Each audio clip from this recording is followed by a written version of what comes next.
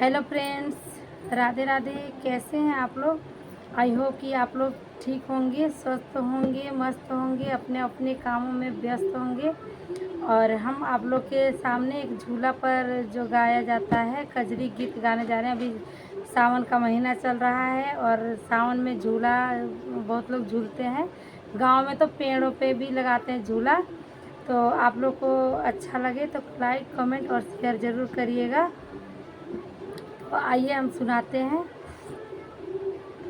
हरी हरी बांस में से निकले काली नागिनिया, हरी की हरी हरी बांस में से निकले काली नागिनिया, हरी की हरी हरी दास दिहल सुंदर मुख नागिनिया, हरी हरी हरी दास दिहल सुंदर मुख नागिनिया,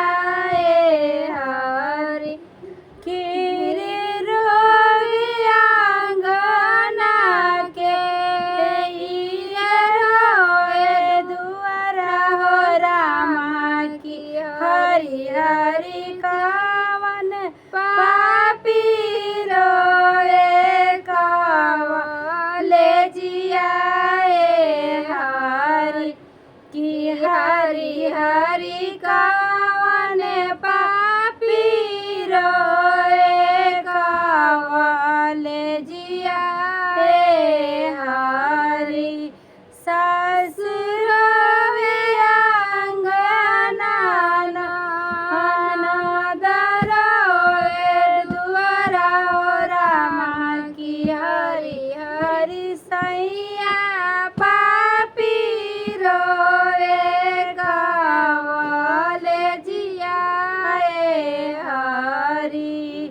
सास रोवे आंगना नाद रोवे दुआरा हो रामा की हरी हरी सैया पापी रोवे कावले जियाए, हरी की हरी हरी बांस में से निकले काली नागिनिया, हरी की हरी हरी बांस दिहल सुंदर मुख नागिनिया,